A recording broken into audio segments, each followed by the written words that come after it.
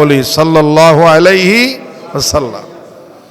রাসূল পাক সাল্লাল্লাহু আলাইহি ওয়াসাল্লামের উপর যদি কেউ দরুদ শরীফ পাঠ করে, অন্য মাসে 10টি রহমত, তো এই মাসে 700টি, 10কে 70 দিয়ে গুণ দিলে কত হয়? 700টি রহমত, 700টি সগীরা গুনাহ মাফ হয়, 700 স্তর মর্যাদা বাড়ে। কয়বার দরুদ শরীফ? শুধুমাত্র একবার। মুহাব্বতে বলেন সাল্লাল্লাহু আলাইহি ওয়াসাল্লাম।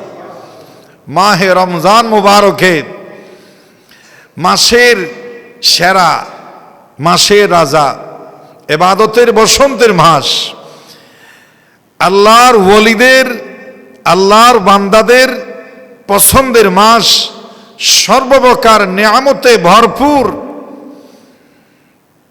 নিয়ামতের অফুরন্ত ভান্ডারের মাস। এই রমজান মুবারক মাসের 2026 সালের আজকের এই আল হুমায়রা মহিলা, আল হুমায়রা রাদিয়াল্লাহু তাআলা মহিলা ফাজিল ডিগ্রি মাদ্রাসার জামে মসজিদ প্রাঙ্গণে আয়োজিত মাসব্যাপী 30 দিন ব্যাপী ধারাবাহিক আমলি আলোচনার আজকের এই চতুর্থতম দিবসের আজকের অধিবেশনের সম্মানিত মুআজ্জাজ মুকাররম সভাপতি ও আমার সামনে বসে আছেন এই এলাকার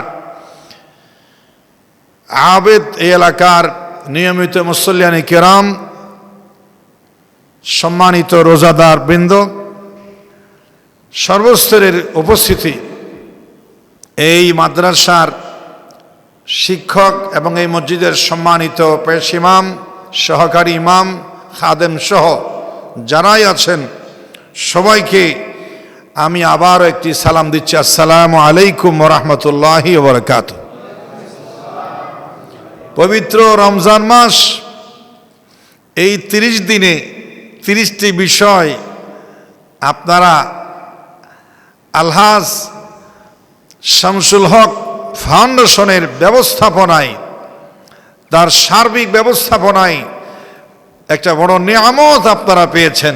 30 দিনে 30 জন স্কলার, 30 দিনে 30 জন ইসলামিক চিন্তাবিদ, যুগশ্রেষ্ঠ ওই চট্টগ্রাম মহানগরীর বাছাইকৃত আলেম, উনি এখানে আপনাদের দাওয়াত দিয়ে আপনাদের সামনে এক এক বিষয়ে কথা বলার জন্য তারা এখানে আসেন। আপনারা ইসলাম সম্পর্কে, জীবনের রমজান সম্পর্কে, রমজান বিষয়ক এবং আমলি আলোচনার বিভিন্ন বিষয় আপনারা শুনতে পান।